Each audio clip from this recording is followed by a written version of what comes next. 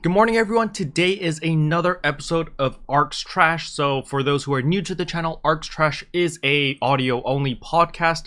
So feel free to just keep the video running and have it minimized somewhere in the background while you level up or grind or play whatever or do whatever you want to do. It doesn't matter. But anyway, today's guest is Sami, which is a well-known Monster Hunter streamer. So we will be talking a lot about Monster Hunter in the beginning, which will transition over to New Genesis, and then near the end we have like a good 10-minute section about Genshin Impact. But before we jump into all of that, if you're new to the channel, I upload PSO2 content daily, so if you do play this game, I'd really appreciate a subscribe as it really helps out the channel. Anyway, without further ado, let's begin the video.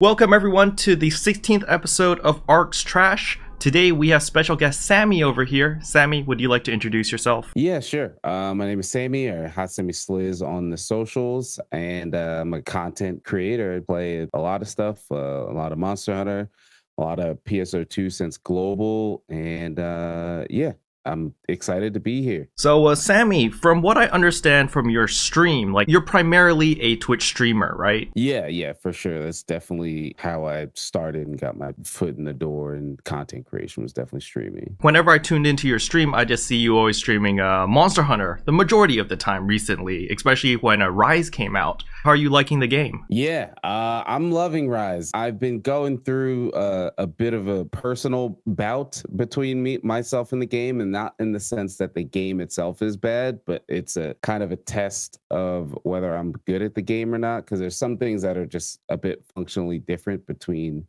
Rise and the previous game. But overall, the game is fun. The combat's amazing. The aesthetic is amazing. It's on a Switch, so I can play it wherever I want. And then it's coming to PC next year, so it's like all I could ask for as far as a Monster Hunter fan. I'm loving it. Nice. So actually, I've only played Monster Hunter World. I recently picked up Iceborne.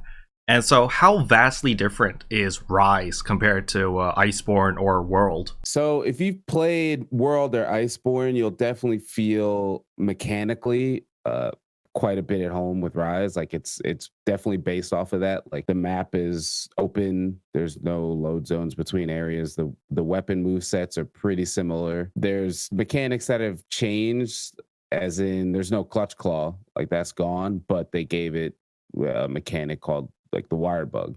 So it's basically the evolution of clutch claw. You can just hook shot and swing and fly around whenever you want, essentially, and that also gives you like new attacks and things like that. But if you're used to World and Iceborne, Rise shouldn't feel too different. The monsters, movements, and things, it's basically a upgrade from Rise and Iceborne, and maybe even a side grade kind of thing from those two games. It's definitely a lot more similar to World and Iceborne than the games that came before those two. So if you come from that one and you're playing Rise, you should be pretty familiar with most stuff. So if I was a new player, I've never played the Monster Hunter series, would you recommend me to pick up Rise first or play something else? Yeah, definitely Rise. Rise is it's a great entry to the series, especially for new players. And Capcom has actually said that multiple times throughout Rise, that they want to make it not casual, because that always just has like they're making a game easy, but just like, hey, you don't need to fight this monster 800 times to make one weapon. Like you fight it a couple times and now you can make a weapon, so you could try whatever you want to try. Because a lot of times, maybe in World, but especially in the older games, if you wanted to make a weapon from a monster, it's like, all right, here's a day thing. I'm gonna hop on the game today, play it for 6 hours, and hopefully I get what I need, and now I can make a weapon. They change that kind of stuff. And the same thing with armor too. Like you don't need as many materials to make a weapon or a piece of armor, so you can kind of try whatever you want as you're playing through the game, instead of just sticking to one weapon and being like, I don't like this weapon, but I've already put so much time in it that I just got to keep using it. You could just kind of hop around and mess around and see what you like. So you were comparing Rise with all the previous series. So what's the first Monster Hunter you played? So the first Monster Hunter I played was Monster Hunter Tri, which came out in America in 2010.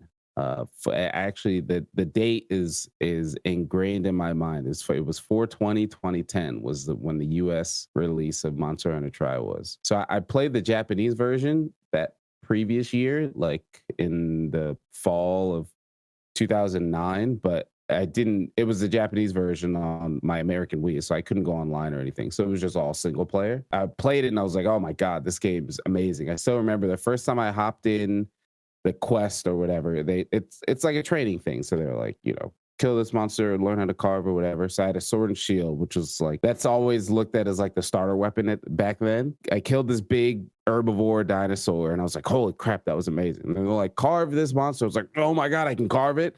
And then they're like, now cook this monster. I was like, whoa, I can cook it. And then they're like, eat it. And I was like, oh my god, I can eat it too. And so like the whole process of just that, I was like, all right, I'm locked in for life. This game's amazing. Because it's always, especially at that point back in 2010, I don't know, most games I saw back then were either shooters or it was like MMO kind of stuff where you kind of like wave your hands and then things just happen. You didn't really like do what you wanted to do. So just being able to like physically hit the monster, physically carve the monster, physically cook the meat I carved, and physically eat the meat that I killed and carved just blew my mind. Like before even getting into combat, that just blew my mind. So I played the crap out of that in 2009, single player, and then day one release in North America, I like bought that. So it was like a day one instant thing for me. There was never like a point where I know a lot of folks start Monster Hunter and they're like, I don't know, this game kind of sucks. And then they come back to it and they're like, oh, okay, I get it now. Like for minute one for me, I was locked in. I never got into the whole Monster Hunter thing until World came out, and then that was the first entry point for me. And so from what I understand, because I watch a lot of Gaijin Hunter. I like Gaijin Hunter, his videos about Monster Hunter and stuff. Okay. And so I knew a little bit about the Monster Hunter world before going into this game. And after playing World, I was like, wow, this game's really, really good. But the thing is, it's really weird because I haven't played Monster Hunter in about like 4 years. So I picked up Iceborne recently, maybe like last month, and that was the first time playing in several years.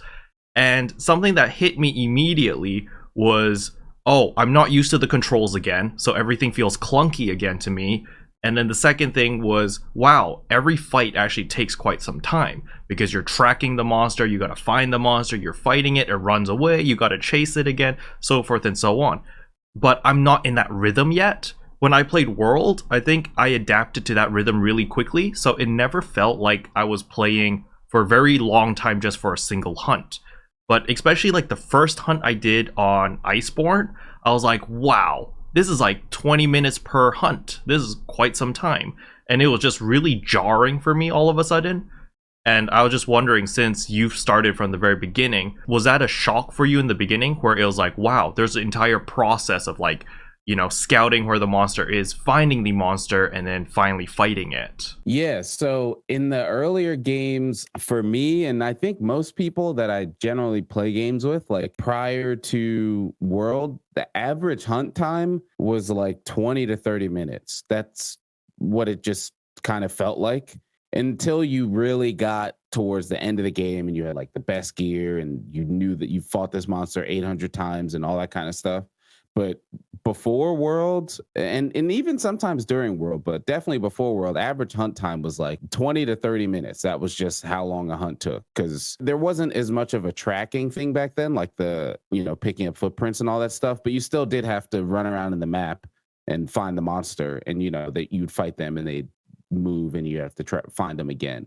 And they had a paintball system back then, but essentially you'd have to look for the monster and start the fight and that kind of stuff. So it didn't really feel too much of a thing in World when fights took a bit longer, and then once you get further in the game, you just start to get stronger and beat monsters' brains, and then they're dead in 5 minutes. But in Rise, something about the change in, I guess, end game mechanics, because World and Iceborne had health augment, so you could be super aggressive in that game. Basically, you were pretty much rewarded for being super aggressive, because if you're aggressive, you're going to hit the monster. If you're hitting the monster, you get your health back, so you don't ever really need to stop to heal. In Rise, at least as of right now, that's not a thing. So if you get hit, you need to stop and heal. Like, that's just it. You're not getting health any other way. Maybe your cat or dog might heal you, but even then you have to get out of the way of combat to go heal. So that was something of an adjustment for me coming for Rise. Like, having played the series for 10 years at this point, I definitely had a rougher adjustment going from World Iceborne to Rise than I had at all, even remotely, going from the older Monster Hunter to World, which is, I think, kind of rare. I know a lot of folks who played older Monster Hunter, when they came to World, they were like, I don't know about this. This is like too easy or too whatever. But playing World was like, this is the perfect progression for where this series needs to go.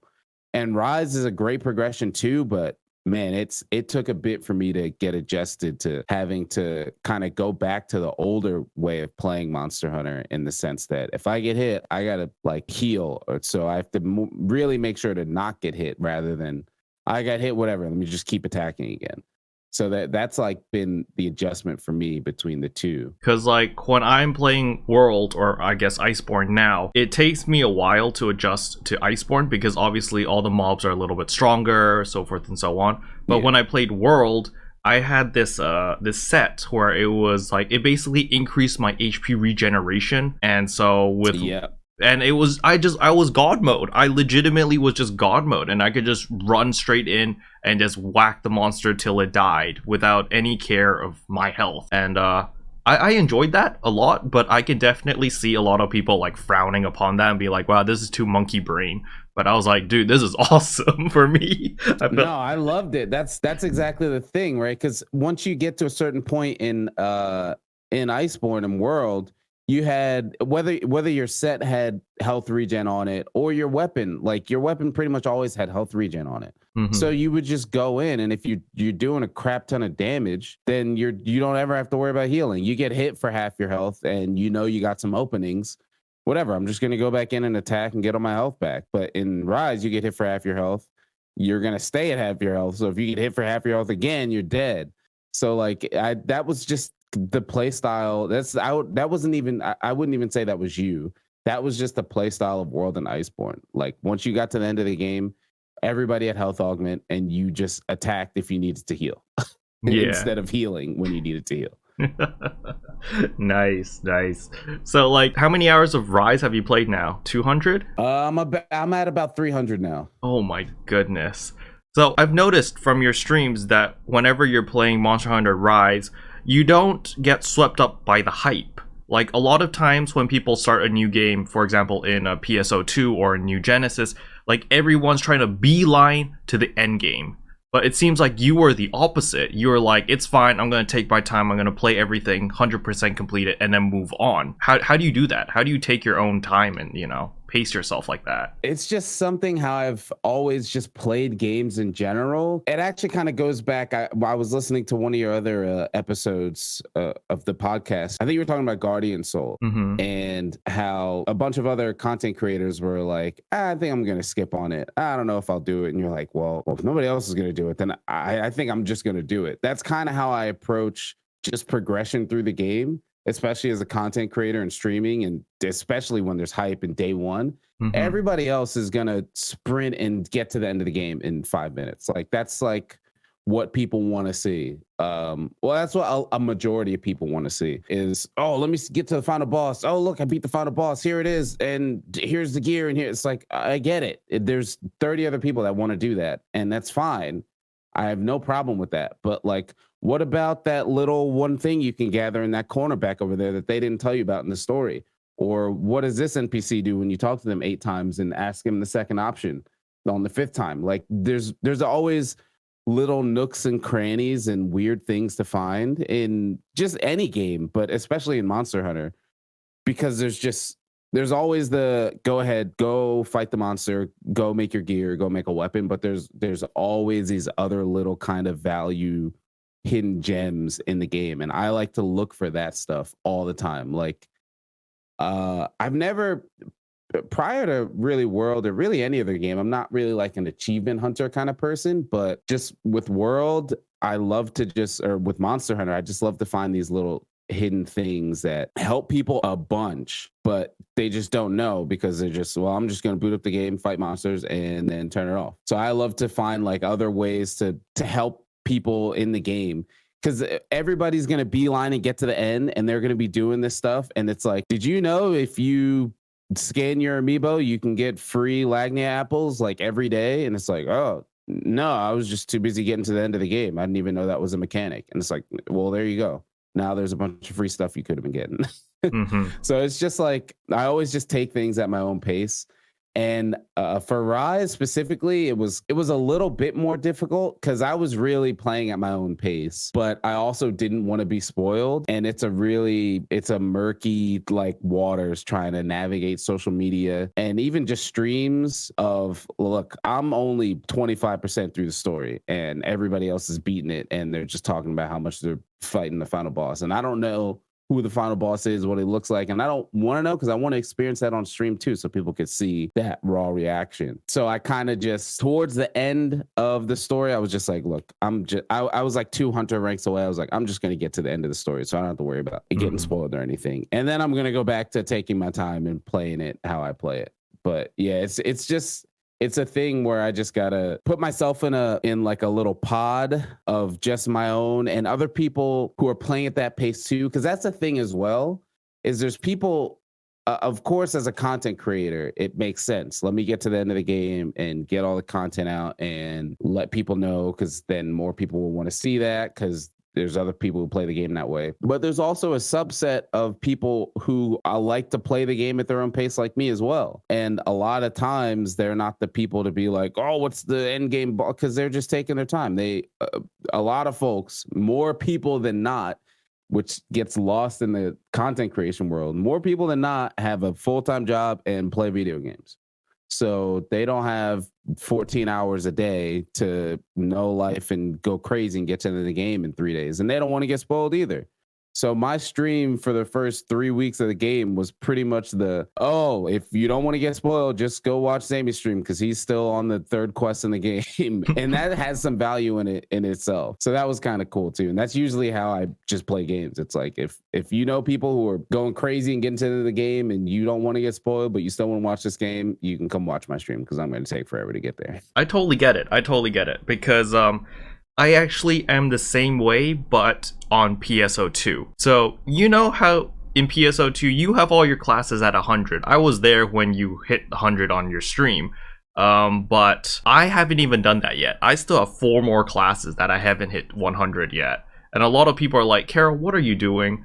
And then like challenge mode, I've done it like once, and I'm like, I'm like ranked 200 and something on the server, and everyone's just like, Carol, what are you doing? Like, look at Anamana, he's first place, Cammy Cake's first place, and I'm sitting here like 200 and something. I'm just like, it's fine, man, I don't care. So I'm in the same boat with that too. Like the getting every class to 100 thing was kind of like a numbers thing for me, and it was a numbers thing and a star gems thing, because it's like super easy star gems, right? Like I don't need to use my brain. I just have to just turn my mind off and run keys, and then I can do it.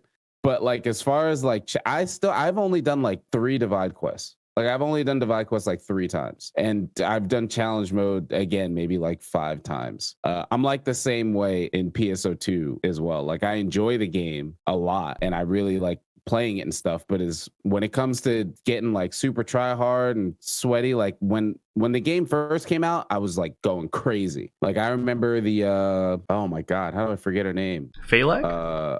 Phalag. Yeah, that fight, like I went crazy on that fight, like hours and hours and hours on end. I was like, I'm gonna solo this, I'm gonna get this fight. And then I did it, and I was like, that was cool. I don't need to sweat like that again in this game. It's cool that it's available, but I don't need to do that again.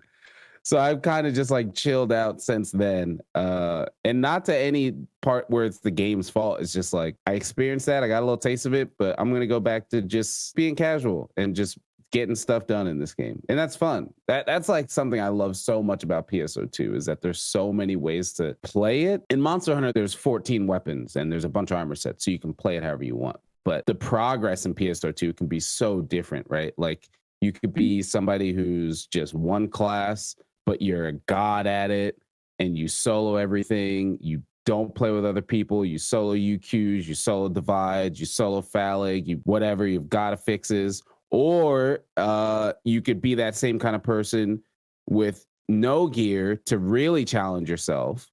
Or you could be that kind of person that gets insane stats to offset the fact that you don't play the weapon well. And that's just one class. So then you could apply that to, a bunch of other classes. Do you like the theory craft? Because theory crafting in PSO2 is insane. Like talking about theory crafting in Monster Hunter is like baby talk compared to doing it in PSO2, because it's like, well, if you messed up, you hope you got a reset class tree or make a new character or just switch to a different class and that's it. Like there's just so much that goes into just playing PSO2. And then there's the whole fashion thing. There's people who don't care about anything else but fashion, just lobby rats. Like I got the coolest fashion and emotes. I'm just going to sit in the lobby and show that. Like it's so cool. And I love that so much about PSO2 because I've never really played an MMO before. Like the only MMO I played and like spent time in was like Vindictus. And that was years ago when Vindictus first came out to US. But other than that, I never really played an MMO. The closest thing I played to one was Monster Hunter, and that's not really an MMO. It's 4 people. So like all that stuff last year when Global came out was just so new to me. Like the whole community aspect and all that stuff was just so cool. I loved it. And that's like what really drew me in. Like I'm not the best PSO gamer at all. and there's like no field in PSO that I excel at, but the community is the thing that like keeps me coming back to that game. There's been multiple times where I boot up PSO and I'm like, I don't know what I'm doing today. And I do one quest and then I just sit in the lobby for 8 hours and I don't even know what we're doing, but there's people there and we're all just hanging out, just talking about affixes or talking about fashion. We're just looking at each other's outfits. Like I spend way more time in the lobby than I do in quests in PSO2. And people enjoy that, which is awesome. PSO2 is pretty damn amazing in the sense that you can play it however you want and you don't really get judged by it. There's no quote unquote meta. Like there is a meta on how you should build a specific class in order to min-max, but people aren't going to judge you if you don't min-max, which is really, really different. In most traditional MMOs, people are always seeking to do the min-max, to do the best damage. This is how you do everything, the most efficient method, blah, blah, blah. But in PSO2, you've got a lot of casual players. And for the casual player, they don't need to get all this gear. They don't need to get Guardian Soul to min-max everything. They can do it if they want, but it's totally optional, which is really, really nice. Yeah. For me, especially, I've only been playing Braver, right? Braver is the only class I know how to play, but I play it decently well. But recently, in challenge mode, it's forced me to branch out to learn other classes. And only recently did I learn how to use a Partisan. So I was playing with the tier 1 people, and it was like, I didn't know that if you did a charge parry, it would heal you, or if you did a weapon action parry, it would heal you. And I was just like, wow, Partisan's actually pretty cool. So because I'm learning more about the Hunter class now, I'm actually excited to try out the Partisan Hunter in New Genesis. What about you? Have you been playing any other classes, or what class do you main in PSO2? So actually, the same, almost same exact story, except with sword. So I started PSO2, like again, first time I ever played PSO2 is when I came here in Global for Microsoft Store. I didn't play like the Xbox for beta. And I didn't know anything about any of the classes. There was everything there except for the silent classes. So I was just like, hey guys, what should I play? And they know my favorite weapon in Monster Hunter is Charge Blade, which is kind of a counter parry based weapon, more of a counter thing, but its thing is like guard points, like you block stuff and then do damage after. So they're like, oh, just try out Braver. It's like a sword, but it's all about parries. Like if you love to parry, you'll love Braver. I was like, all right, cool. So I just picked up Braver, and I messed with the other classes to like level them up, but I never really used them. Like I never really got into the skill trees and all that kind of stuff. I kind of just followed a guide so I didn't mess up the class when I wanted to come back to it.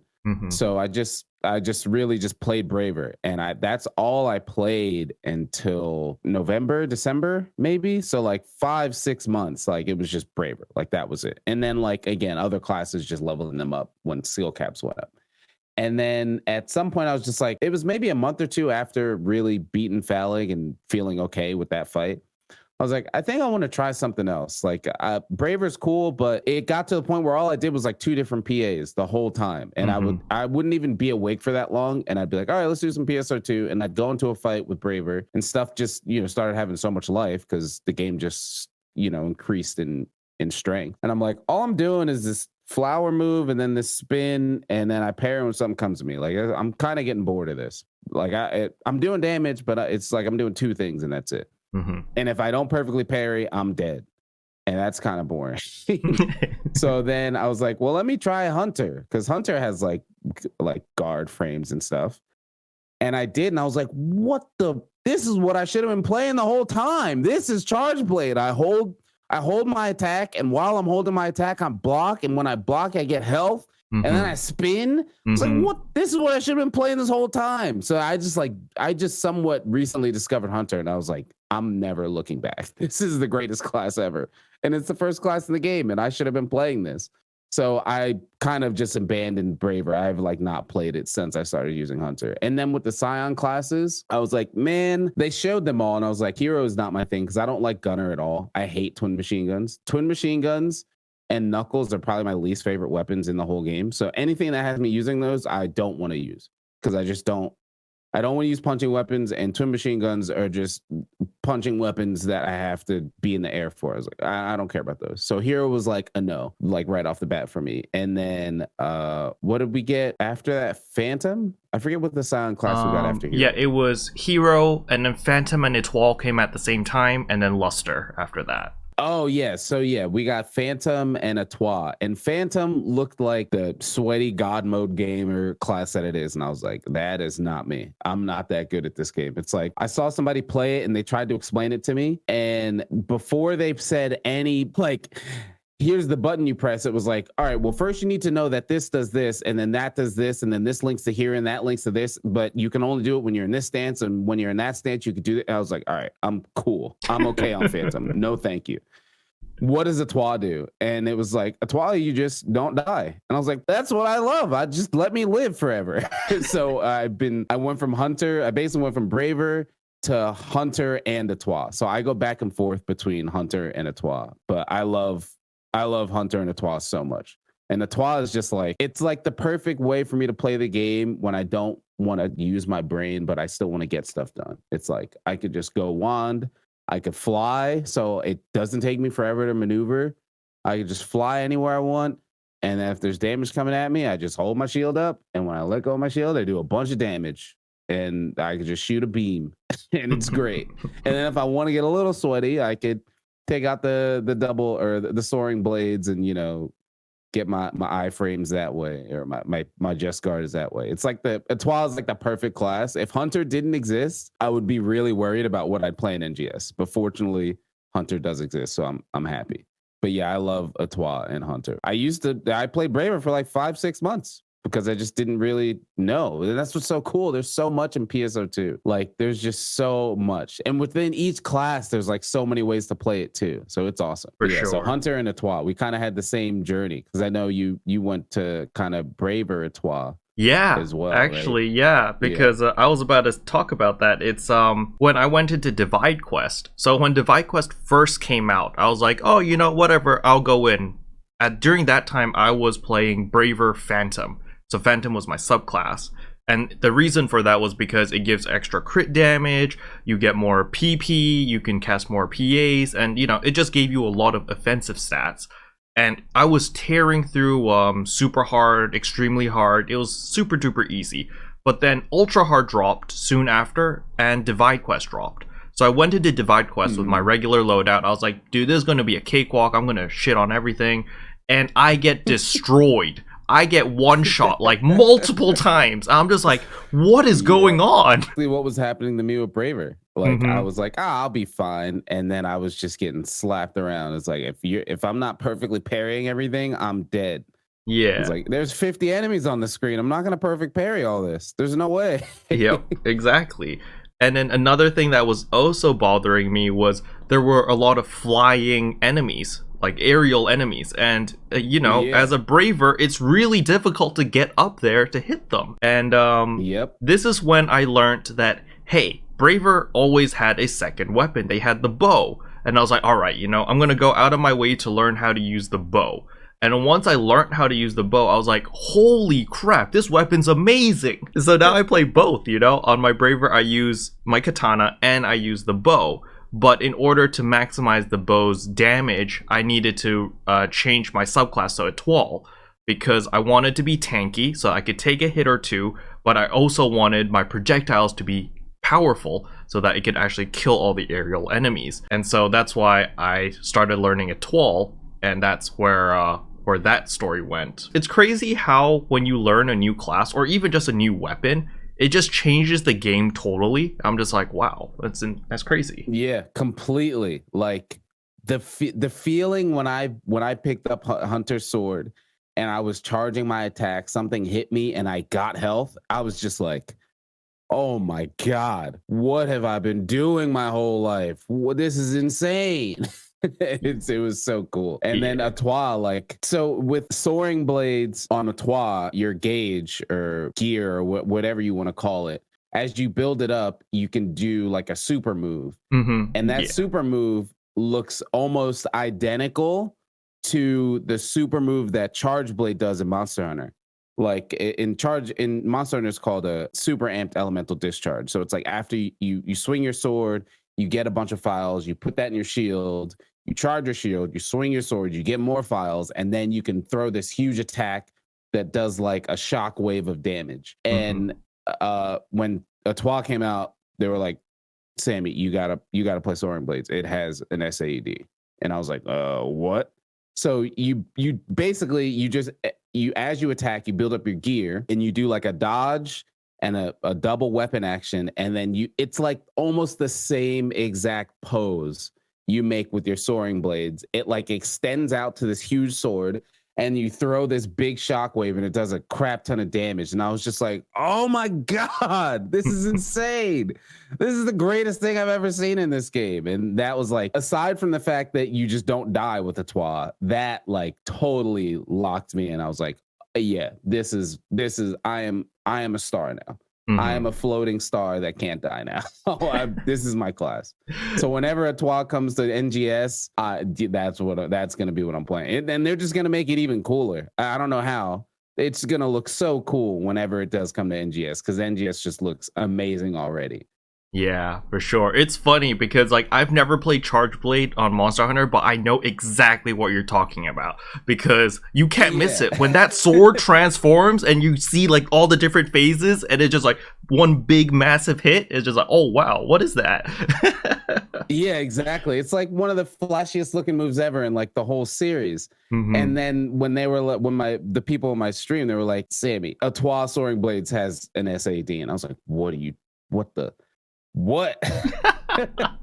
I was like, I need to see this. And then I did it and I was like, oh, I need this. So I actually used the ring that lets me do it off of half a gear. And it probably isn't the most damage efficient because you have to sit there and charge it for a while. But it's like, whatever, I'm Etoile, I'm not going to die. And this move looks sick. So if I could do it twice as much in half the time, even if it's like not as strong, I don't care. I'm going to do it because it looks awesome. Yep.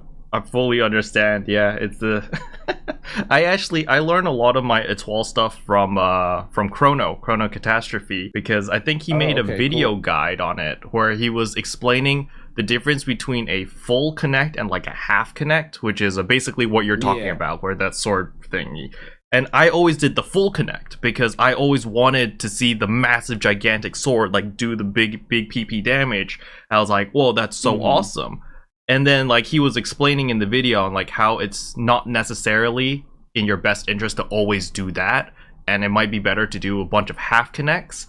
So I was just like, oh, that's interesting, because we don't know much about the class. Like the way that I learned Etoile, right, was I literally went into the tutorial, like the training missions where they teach you all the different skills of a class, and that's how I learned most of my, like, you know, how to play all the classes.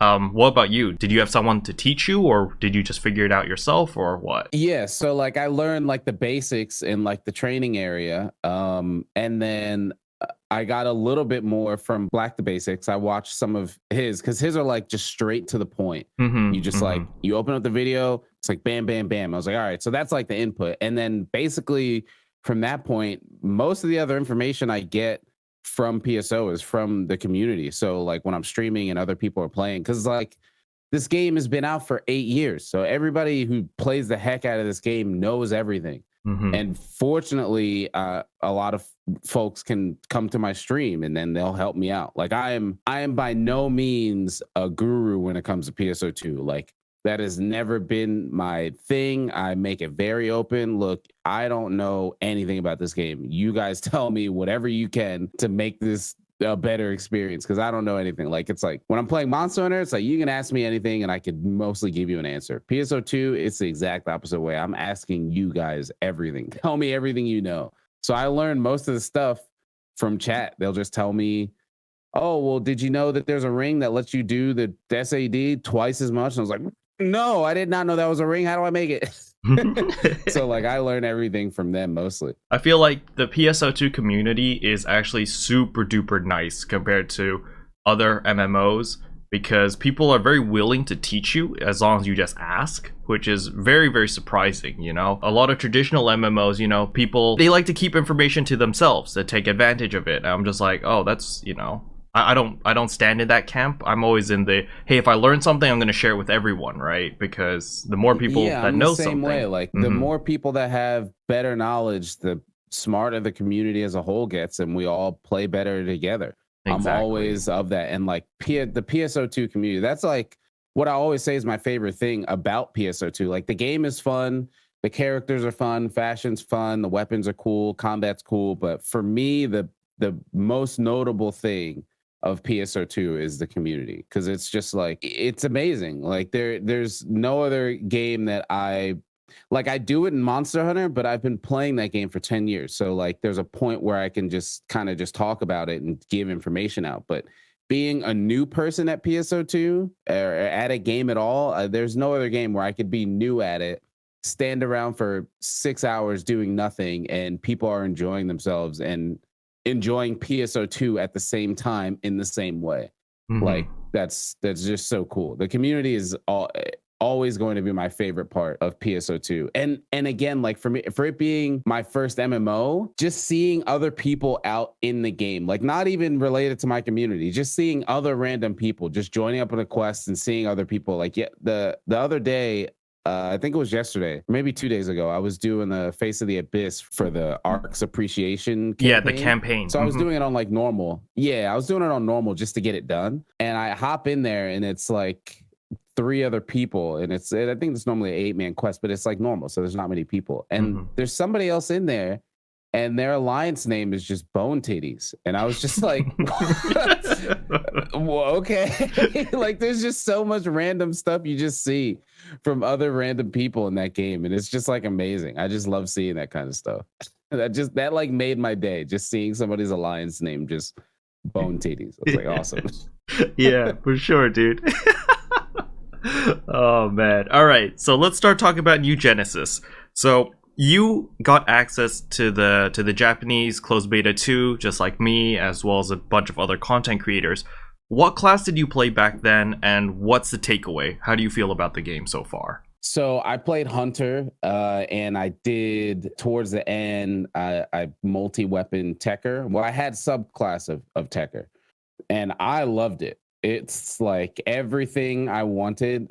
So I compare it a lot to Monster Hunter in the sense that I feel that PSO2 to NGS is a lot like old style Monster Hunter to World. And I think there's so many comparisons between the two. And I'm hoping it catches on and blows up the same way World did. And I really think it will. It's just doing so many of the things that to just update an older style game to current times and making it available, at least from a visual standpoint. Like it looks like a current game.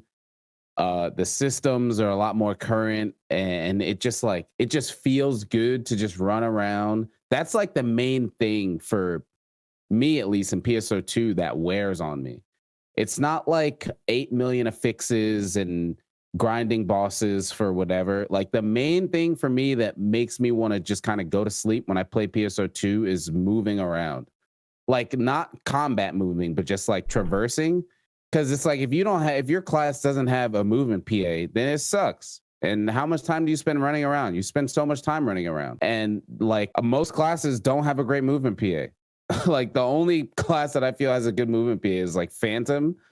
and like Etoile. Everything else is you're just using all your PP for, couple tens of feet, and then you got to wait and then let it come back and then wait and let it come back. So just the photon dash and glide alone, I think will just make so many people either come back to the game and keep playing it, or when they pick it up for the first time, they're just like, oh, this is cool. And then like visually, it's gorgeous. It's so gorgeous. Like I know there's a lot of folks saying like the effects are like kind of too much. I can't see what's going on. I'm like, man, I don't care. This shit looks amazing. Blind me more. Give me all the lights. Give me all these photons. It looks so good. Oh my God.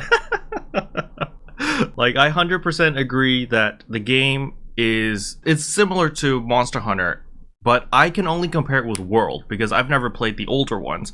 But the thing that I really liked about it was how it's open world now, compared to base PSO2, where it's like hub based, where it's like, oh, you wait in the ship and then you go out to your expeditions or your divides or whatever. But now it's just, hey, here, you're in Central City. You want to go anywhere? You just go. And like you can see everyone else running around in the town, everyone else running around in the open field. And it's super duper cool, especially when we've got like 2 different zones now. We've got like the combat zone, which is like the 8-player area. That was the one where we had like the tutorial or the quest to get a PSE burst. And then we've also got like a 32-man area, which is an exploration zone. And so like those 2 areas were vastly different. But I want to ask you, which zone did you prefer? So being the kind of person I am of looking for stuff and going against the grain, I really enjoyed the exploration area because I just get so sidetracked. So I used to play Genshin Impact a lot. I kind of cut myself off because I was like, I need to stop spending money. But in Genshin Impact, it's like piece of candy. Oh, what's over there? Oh, what's this? Oh, what is that? Oh, where was my objective? On the complete opposite side of the map now. Oh, okay. But like that's so fun to me. And exploration area in New Genesis was just the same thing. And I loved it. So just like, and it's not like there were no enemies at all. There were still enemies around to fight. So I was still fighting stuff, but just like running around in a like super open area and not necessarily being under so many other people, because that was a thing in the battle area where if you were in the battle area, that's what you were there to do, and there was a group and you just kept moving as a unit around killing stuff, which is cool. But again, like I said, I like to just go off in the opposite direction from what most people are doing. That's just kind of how I am as a person. Whatever most people are doing, I want to go the other way. Mm-hmm. And like the exploration area lets me do that and not feel like I'm messing other people up. Because in the battle area, it's like 8 people. If you go off and do something else, you're kind of at a detriment to everybody else because you all should be together getting these PSE bursts and stuff. Mm-hmm. So I like the exploration area, just running around, seeing whatever there was. And I had some really cool interactions in that too. Like there was a part where I was just running around and like a Bancer, like a fire Bancer, like showed up. And it was just me fighting it, and it was taking some time. And then like 2 or 3 other like Japanese players showed up, and we all just like took it down. And it was just like 3 of us, and none of us were like super crazy leveled or anything. So it took some time. Like we were getting messed up, and we finally took it down. And we were just like, "Oh, that was awesome!" And I don't speak Japanese or know anything, so I just like did like a smile. I was like, "That was great." And then they just did like B, like the letter B for like thumbs up, and I was just like, that's awesome. Like that's just so cool. It was just more like the community being the best part of the game. I was just like, this is so cool. We all just like, it was like 3 of us. We fought this Bancer for like 10-15 minutes and took it down, and now we'll just go back to gathering. And it was a really awesome experience. So I definitely really like the exploration area. Mm-hmm. Yep, that's definitely something that I enjoy a lot. I'm very thankful that you brought up Genshin. So I'm an avid Genshin player. I freaking love the game, right? But I do understand it does have its flaws, and I do understand, self-control is a thing that you need to practice actively, or else you will go bankrupt on Genshin. But so the thing I love about Genshin, right? There's 3 things I love about Genshin. One is the story. I love the stories. I love the characters. I love like the backstory of every character. It's super, super nice. And all the characters are likable. Obviously there are characters that I don't like as much, but after playing their side story or learning more about the character, I learn to like them. They grow on me. But the second thing that I like about Genshin is the music. The music is spot on my God. every It's single so time. good. Right? The music is so good in Genshin. Exactly. It's amazing. That might be like my favorite thing in Genshin too. Like other than like the anime titties, because like we gotta be honest. Yeah. Genshin's got some good some anime titties. Yeah. But like the music is amazing. Like my favorite character in Genshin is Beidou. Like that's my bae. Nice. I love her so much. And she's amazing. Like her as a design is amazing, and then her play style is amazing. The weapon she uses, like somehow they got in my brain and they were like, we're gonna make this character specifically for you, Sammy. Well, we just got all the data and we made this character for you. She uses purple, which is like my favorite color. I don't know how they made her. It honestly scares me because everything about her is perfect. Like she's tall, she has like an amazing voice. She's strong. She parries. She uses a big sword. She does purple, electric. I don't know how they made her. I don't know how they did it, but she's amazing and she's perfect, and I love her so much. And she's got like the whole counter mechanic with her E as well. Exactly. Yeah, she counters, which is like my thing. I don't get it. I don't know how they took so many different things and made it into one character. Like when she came back, there was a banner she came back on. I think it was a Tartaglia banner. I was like, this is not a Tartaglia banner. This is a Beidou banner. Nobody else matters on this banner but her. And I got her to C6 because I was like, I that's all I care about. I need her. I need her at C6, and then I've been happy. Yep, my goodness. But the last thing about Genshin that I really liked was, as you said, the open world. Like it's so difficult to pick up the game to just do like your dailies.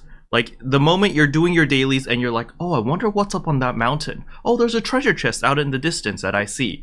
And like you go in with the plan, like I'm only gonna play 30 minutes and I'm gonna be done. And then you come out like 2 hours later and you're like, what happened? Yep. That's kind of why I've had to slow down. That's kind of why I kind of slowed down on Genshin, was because I couldn't restrict the time that I played on it, and I'd end up spending too much time on it and I couldn't do anything else. And then before I know it, I'm like, oh, I gotta go to bed now. I just wanted to do my dailies, but it's like if I boot up the game and I'm like, all right, I'm just gonna do my dailies, do my weeklies, and I turn off the game and I don't do anything else, I end up just not having fun, because the fun in that game is just getting lost in it and running around and doing whatever. So it's like if I don't have a bunch of time to do that, I'm kind of just taking the fun out of the game for myself, because I love getting lost. Like, oh, what's that over there? Oh, what's this? Oh, who's that boss? And what, like, so I had a lot of fun in especially early game when everything was new, because I never played a gacha game before. The Genshin was my first time ever playing a game like that. Snap. Oh, that must have been extra rough for you then. Oh my goodness. Yeah, so that was all, and I'm never against spending money in a game, like whatever. I'm not against the idea of that. So it's like, if the game itself is fun and good and I enjoy it, I'm more than willing to spend money in it. And so that wasn't like I'm not gonna do anything in this. It was just like all right, I don't know how any of this works. There's like 8 different currencies and you can only pay for one, but you got to convert them into this, and that converts into like the first couple weeks of that game, I was just like, this game is beautiful and the music is amazing and the combat's awesome, but I don't understand anything else of what's going on in this game. But I slowly got to it. But yeah, that game was a lot of fun. And I don't know when I'll get back to it again, just out of time. Like between Monster Hunter and PSO, again, you can't play Genshin for 5 minutes. It's just impossible. You just can't do it. So like, I just don't know when I'll have the time to play Genshin again. And also, I'm kind of pissed off. I had like 17,000 Primo gems. Yeah. So I was waiting for Rosaria, but basically that was like the only character I was waiting for a while, and she came out. I got her C1, and I was like, all right, cool, I'm good. And I kind of closed the game, and then I saw there was a new character. I like to get all the 4 stars because generally they're pretty easy to get because they're 4 stars. So I was like, yeah, I like to have all the 4 stars. I don't really care if I don't have the 5 stars or not. So there was a new 4-star Yanfei, and I was like, I got 17,000 Primo gems. Like, whatever, I'll do a couple pulls and get her. First pull, I got Zhongli, and I was like, okay, sure, that's a 5-star. Mm-hmm. And then I pulled again and I got a Noelle. It's like, all right, whatever. I pulled again, I got a Noelle. Okay. I pulled again, I got a Noelle. I did somewhere between 90 to 70 pulls, and I did not get Yanfei. And I was like, I'm done now. I'm okay. Oh no. So that's where I'm at with Genshin. Oh, I dropped 17,000 Primo Gems and I didn't get a 4-star. And I was like, I'm done for Genshin for a while. I don't know when I'll come back. Dude, okay. That's so unfortunate. Like, yeah, like if it's a 5-star, that's the thing. Is like if it's a 5-star, whatever. You know, that's the point. That's the whole point of 5 stars is to do that. That's why they have the pity. It's like cool. I'm never sad about not getting a 5-star. But I did like 80 pulls and I don't get a 4-star. I'm done. Yeah. I totally get it, but man, that sucks because not to rub salt into your wound, but Yanfei is freaking awesome. Like her playstyle is amazing. Cool. She looks so cool. Yeah, but oh my god, that really sucks. I was the exact opposite of you though. I didn't care about Yanfei because I knew I was gonna get Yanfei in the process of getting Zhongli. So I have 3 accounts of Genshin Impact. I have a NA account, so the American server. I have an Asia account, and then I've got a Chinese account. And so I've saved up 12,000 Primo Gems on all 3 accounts when Zhongli banner hit. And I was like, all right, I'm gonna get a Zhongli. And so on the Asia account, I do 1 10 pull. I get Yanfei, I get Zhongli in 1 10 pull. I was like, holy crap, what is this luck? God. Like, I was like, okay, cool, I'm done. All right. So I closed the Asia account. I'm like, I'm done with that. I got what I wanted. I go on the NA account. I burn through all my summons. The last summon, the last 10 pull gives me a 5-star. I get Kaching. I was just like, damn it. But whatever. Oh, you know, it could be worse. So I was like, fine, I'll take it. And then I go to my Chinese account and I burn through all my Primo Gems. Again, the last summon is the 5-star. And it's Kaching again. I was just like, really? Oh my god. Oh, dude. And then I got so frustrated because I really wanted Zhongli on the American account because I have Ganyu. So Ganyu is my personal favorite character. I really love her playstyle. It's super boring and super easy, but I love it because I like to play first-person shooters. So just having the ability to charge shot and just boom, one-shot something really easily, I like that. The issue with Ganyu is she's so squishy. She dies in like 2 hits. Like a hilly troll could freaking kill her. I was like, what is this crap? So I needed Zhongli for the shield. Like I've been using Noelle for the shields for the longest time. But you know, you compare Noelle's shield with Zhongli's shield. Zhongli's shield is like 3 times better. I'm just like, Jesus Christ. Yeah, it's amazing. So I spent $45 on the game and I felt so filthy. I was like, oh my god, I spent $45 on this game. Oh, I've spent I don't know what the number is, but I've spent well into triple digits when I was getting Beidou. And there was not an ounce of filth or sadness around it. I was like, I am getting her to C6. I do not care. She is amazing. I love her. God. Yeah.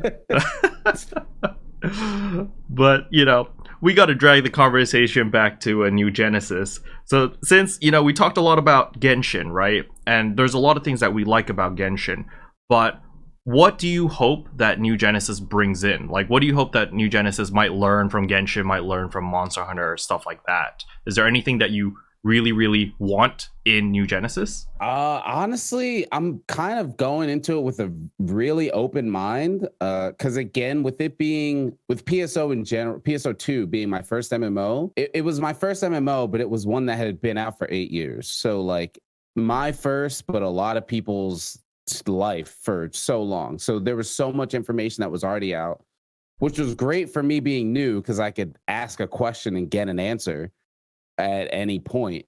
But I'm excited for NGS to be unexplored territory for me and everyone at the same time. So I don't really have too many expectations in the game, because all the expectations I have, they're gonna do, right? Mm-hmm. Like they're gonna release updates, they're gonna add new classes, they're gonna add new bosses, new areas, like all those things. Like we can assume that's gonna happen. Like we don't have to worry about new stuff being added to the game. It's It's an MMO. That's the nature of the game. So I don't really have too many expectations. A lot of stuff that I wanted um in the game are they already doing. Like affixing is not alchemy anymore, and that's great. Like that was like one of the main things was like, can a normal human being who didn't do calculus for 30 years of their life do affixing? Yes. Great. Like that's like one. Can I move around without spending all my PP and then having to walk for 20 minutes? Yes. Those are like my two main things was like traversing the area and affixing. And they did that. So I'm like, I'm happy already. And they're just going to keep adding more, fixing and adjusting and tweaking and all that kind of stuff. So I'm pretty open to whatever they're going to do in the game. I'm just excited to play it and have other people to play it with. Nice. Actually, I have a question for you. For Genshin Impact, do you play with English voices or JP voices or what? I play with English voices. So it's like, it's so weird. I've kind of always just been into, I guess, Japanese games as that's just kind of always just been around. I'm 31 now. So as a kid, that's kind of all there was just Japanese games, and it's kind of stuck with them. But I just like being able to understand stuff. If I got to keep reading all the time, I'm going to fall asleep. Reading puts me to sleep. And I don't know, like maybe because like as a kid, whenever I'd go to bed, I'd always read a book, and that's like how I fell asleep. And I really think that's what developed me into reading, making me tired. So whenever I got to read for an extended period of time, I'm just going to go to bed. So if I got to put like subtitles on and read what's going on, I'm falling asleep. So I always play everything in English voices. Because the thing is, for Genshin Impact, I play with English voices, but with PSO2, the base PSO2, I play with JP voices. But when New Genesis comes out, I think I'm going to be switching back to English voices. So the reason for this is because there's some English dubs, which I personally, I find it very jarring. Like, I don't really like it. But the thing about Genshin is all the English voices are so good. Like, good. You've watched the Yanfei trailer, right? And like the Zhongli trailers, and like when they're speaking, they sound so good. Yeah, they sound so, I mean, like, I've followed like all the voice actors on Twitter after playing Genshin. Like I was like, they're all amazing.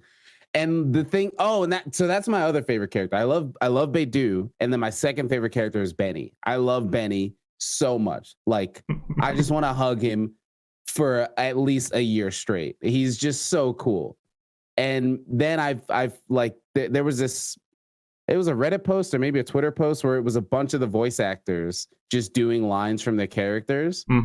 And I was just like, I saw that Benny's voice actor was Christina V. And I was like, well, it blew my mind that it was a woman, not the sense that women don't do male voices, but they do. That's like super common. But I just didn't expect that for Benny. And then I was like, oh my God, she's awesome. And then I look her up and she does like all these other awesome voices too. And I was like, this is so cool. And like Beidou's voice, I just love her voice so much that like their voices are so good. They're amazing. Dude, all the voice actors are just when so I good. first saw that the voice actress was Christina V, first thing I thought was League of Legends, because she voices Riven in League of Legends.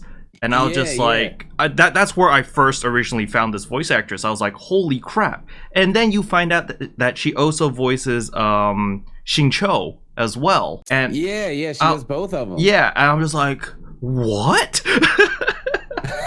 Yeah, that's what like always blows my mind is the range. So like the person who voices Tartaglia, he voices a character from Attack on Titan. And I was like watching Attack on Titan, and I was like, that sounds kind of familiar. And I looked it up and was like, well, it's Tartaglia.